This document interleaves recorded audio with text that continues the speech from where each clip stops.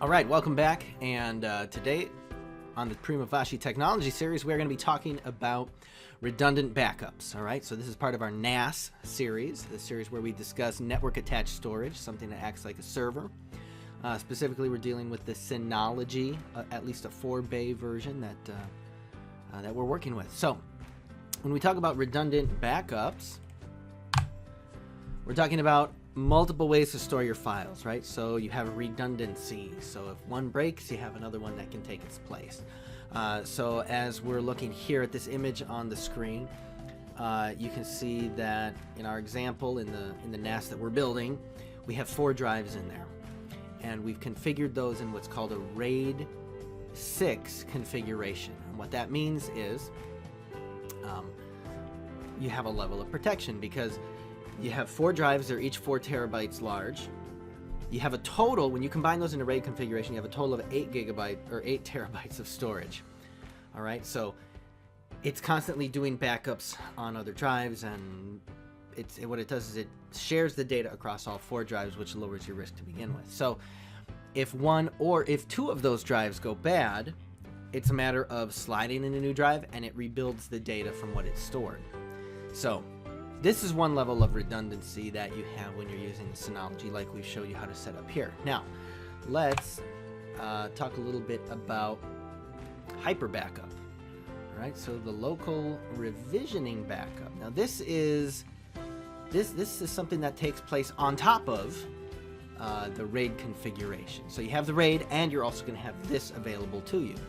So if your RAID configuration breaks, you throw in a new drive, and you can still use the full features of what we're calling hyper backup. And what it is the hyper backup is going to read all your files, all your client files, for example, and then it's going to keep track of all of the changes to those files. So if you have a file where, if it's a text file or a PDF and there have been only some changes, it'll track those changes and doesn't need to use all the storage space to make a full copy of that file.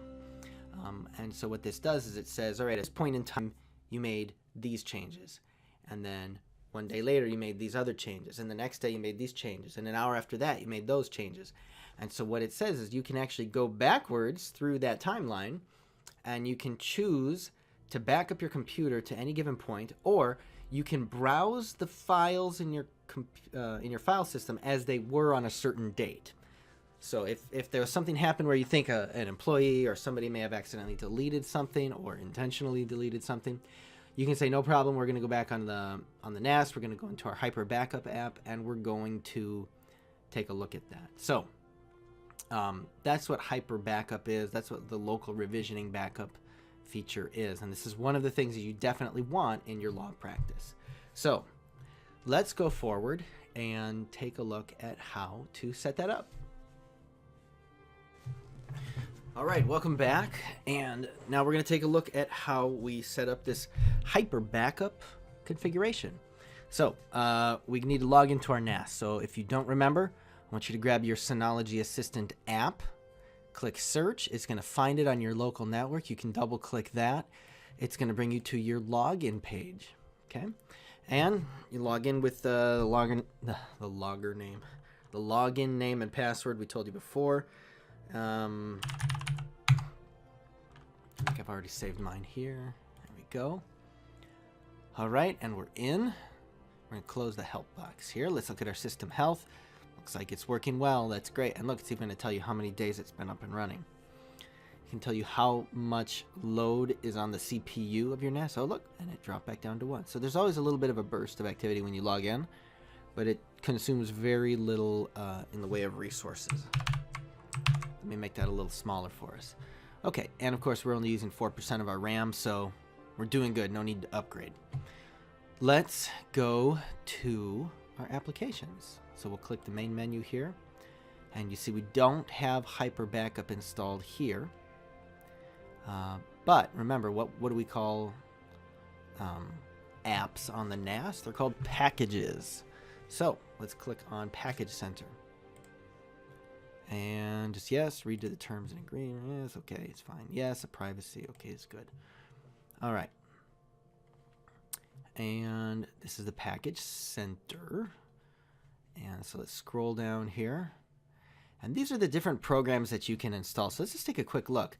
We've got Antivirus by McAfee, Antivirus Essential, which is free. So you know what?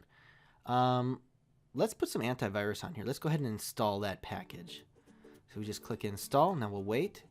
It's actually going to download the latest version from the Synology servers, like from the company Synology.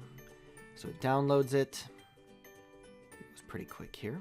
And then it's going to start installing it. And you'll see that it'll be up and running.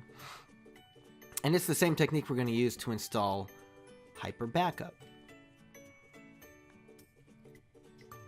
So let's keep moving along here. Okay, now it's installing, starting, and there we go. Now if we want, we can take it, click here to open it. Let's open it.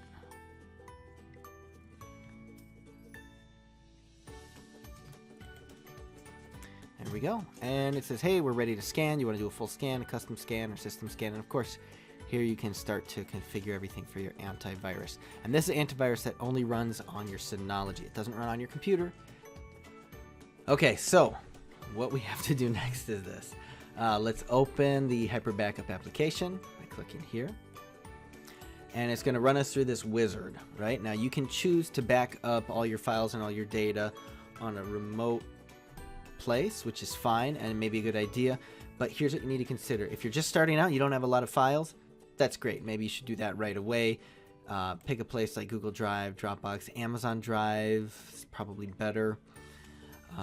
But find some remote place you can do that. Now, if you already have like gigabytes and gigabytes of data, now, I mean, may or may not be the best time to do that. If you have tons of files, it's going to eat all your bandwidth. So you may choose to do this on late Friday afternoon when everyone's ready to leave the office, so you have a few days, now at least a couple full days for your data to upload to where it needs to go.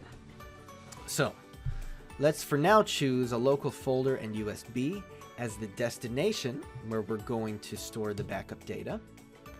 And we'll click next. And here it's, so the backups work by tasks, right? So you need to create a task to back things up regularly. So we're going to create a backup task. Now, the shared folder that it's asking for here, this is asking for the folder where you want to save all of this data. All right, and we only have these 3 folders: accounting, client files, and marketing materials.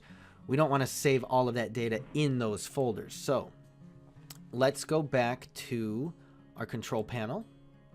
We're going to click on shared folder here, and we're going to click create. And we're going to create a new folder, and we're going to call it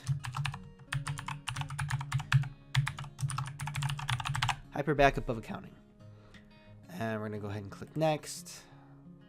We don't need to encrypt it, although you could. Next, next, apply. Okay, and we've created that. And for permissions, yeah, okay, go to System Internal User. Hyper Backup is an application that needs to have access to that folder. So we're going to go ahead and say read write. Okay, now remember, as we go through and we're adding applications, we need to be very specific in setting the permissions and saying, okay, yeah, this application, these users have permission to use you, and the application itself needs permission to use certain folders. Okay, so we just want to make sure we set those. So click OK. And we're good. We have a folder, Hyper Backup of Accounting. So now let's go back into the wizard to create a backup task. It's not there yet. Let's go back. Okay, local folder and USB. Click that. Click next. Shared folder we want to use, it's not showing up there. So maybe we have to start the wizard over. Close the app there. Package center. All right, let's open up that. Okay, so we are back in the wizard. We're going to choose local folder and USB. Click next. We're going to create a backup task, which is going to be in the shared folder, Hyper Backup of Accounting. And let's click next. And we're going to back up all of these files. So you can choose some to back up, some to not back up, right? Now we're going to choose all of them, click next. And there's no applications that we want to be backing up right now either, so we'll just leave that like that. And let's call a name for the task. We'll just call it local storage 1. You could name it, you know, all files backup, be a little more descriptive. And I mean, you can just look at the options here if you want to enable task notification.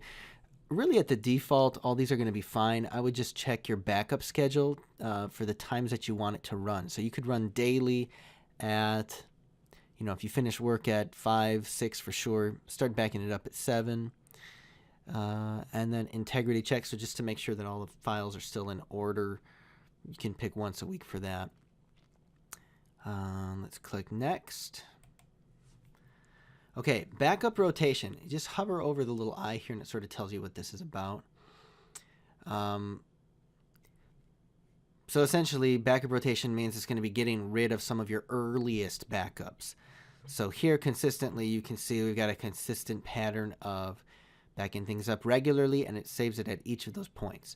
If we enable backup rotation, it's going to start to change that. So if we look at here, Smart Recycle, it's going to keep more data from the last 4 weeks, and then it'll start keeping one version from the earlier times of that.